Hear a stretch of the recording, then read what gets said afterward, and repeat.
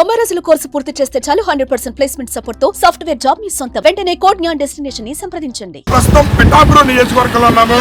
పిఠాపురం నియోజకవర్గంలో జనసేన 12వ ఆవిర్భావ దినోత్సవ సభ కేవలం ఒక్కరోజు మాత్రమే మిగిలింది. ఈ ఒక్కరోజు మిగిలి ఉండడంతో ఇక్కడ ఏర్పాట్లు చాలా ఘనంగా జరుగుతున్నాయి. మీరు ఇక్కడ గమనించవచ్చు. పిఠాపురం మొత్తం కూడా ఎరుపు తెలుపు రంగులతో కూడినటువంటి జనసేన జెండాలతో జనసేన ఫ్లెక్సీలతో నిండిపోయింది. సభా ప్రాంగణాన్ని అంగరంగ వైభవంగా తీర్చిదిస్తున్నారు. మీరు ఇక్కడ గమనించవచ్చు. పిఠాపురం నియోజకవర్గంలో మొత్తం అంతా కూడా జనసేన ఫ్లెక్సీలతో నిండిపోయింది అనుకోవచ్చు.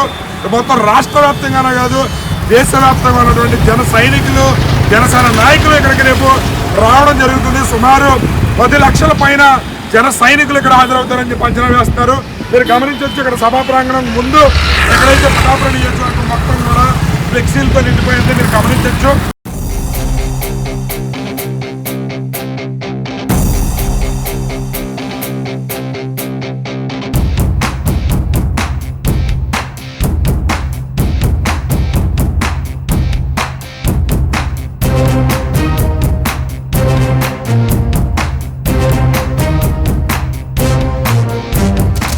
గమనిస్తే కనుక జనసేనకు సంబంధించి మొత్తం ఒక ఫ్లెక్సీలే కాకుండా ఎయిర్ బెలూన్స్ కూడా భారీ ఎత్తున పిఠాపురం నియోజకవర్గం దర్శనమిస్తున్నాయని చెప్పవచ్చు. ఎందుకంటే ఇక్కడ పబ్లిసిటీకి సంబంధించి చాలా చాలా చాలా ఎక్కువగా ఇక్కడ జనసేన రాష్ట్ర నాయకులందరూ కూడా దృష్టి సారించారు. ప్రతి ఒక్కరూ కూడా వాళ్ళ ఫ్లెక్సీలు, అదేవిధంగా ఎయిర్ బెలూన్స్ ఏవైతే ఉన్నాయో రాష్ట్రం నలుమూల నుంచి ప్రతి నియోజకవర్గం, ఇటు గన్నవరం, నెల్లూరు, కర్నూలు, ప్రతి నియోజకవర్గం నుంచి కూడా ఇక్కడ ఎయిర్ బెలూన్స్, అదేవిధంగా ఫ్లెక్సీలు కూడా మనకు దర్శనం ఇవ్వడం జరుగుతుంది. మొత్తం పిఠాపురం నియోజకవర్గం ఎరుపు తెలుపు రంగు ఏదైతే ఉందో జనసేన రంగు జెండాలతో నిండిపోయిందని చెప్పొచ్చు.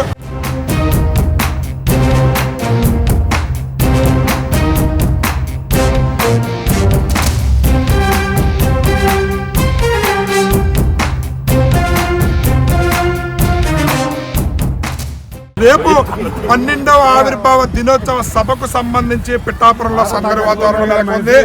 రాష్ట్రం మొత్తం కూడా పిఠాపురం నియోజకవర్గంలో తిష్ట వేశారు.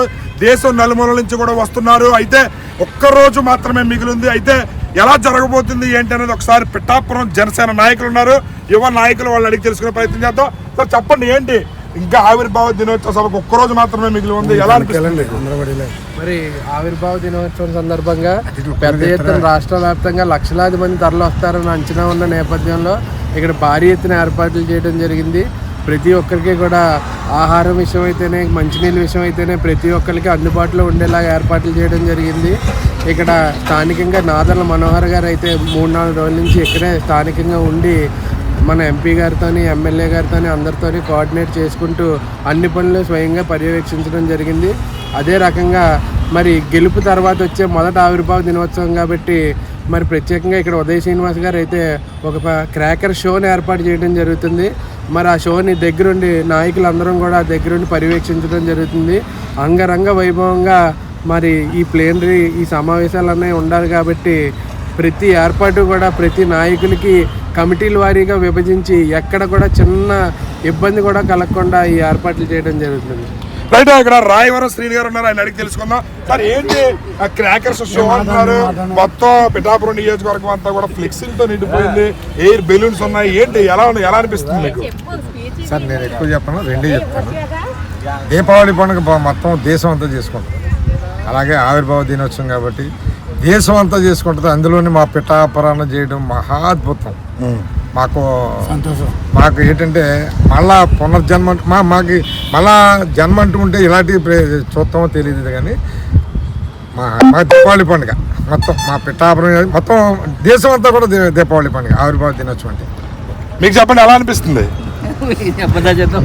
పిఠాపురాన్ని పెట్టుకోవడం ఈ ఆవిర్భావ దినోత్సవం మా ప్రజలందరికీ చాలా సంతోషంగా ఉంది. ఈ సంతోషాన్ని అంటే చిన్న ముసలోళ్ళు, పెద్ద ముసలోళ్ళు కూడా పరిగెట్టుకు రావాలన్నంత ఉత్సాహంగా గ్రామాల్లోనే ఉన్నారు.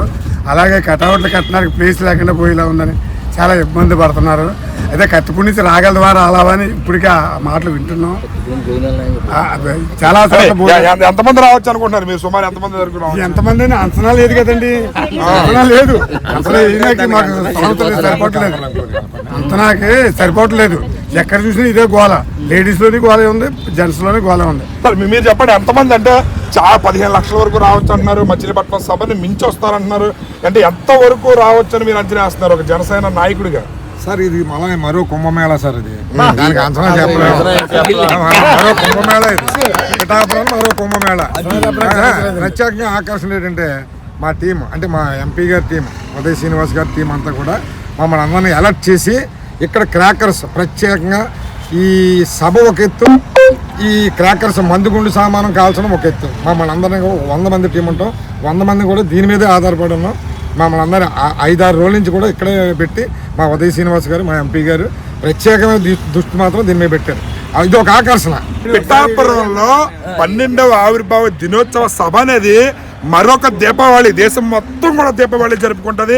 మరొక దీపావళి మా జనసేన ఆవిర్భావ దినోత్సవం, దానికి పునాది పిఠాపురం నియోజకవర్గం. అదేవిధంగా మరొక కుంభమేళా కూడా జరగబోతుంది పిఠాపురం నియోజకవర్గంలో. రేపు ఎక్కడా లేనంత జనం పిఠాపురం నియోజకవర్గంలో ఉండబోతున్నారు. అదేవిధంగా ఇక్కడ ఉదయ్ శ్రీనివాస్ గారు ఎంపీ గారు ఆధ్వర్యంలో ఏర్పాటు చేసినటువంటి క్రాకర్స్ షో ఏదైతే ఉందో అది ఆద్యంతం వచ్చిన వాళ్ళు ప్రతి ఒక్కరి దృష్టిని కూడా ఆకర్షిస్తుందని చెప్పి కూడా తమ సంతోషాన్ని అయితే తెలియజేస్తున్నారు పిఠాపురం జనసేన నాయకులు.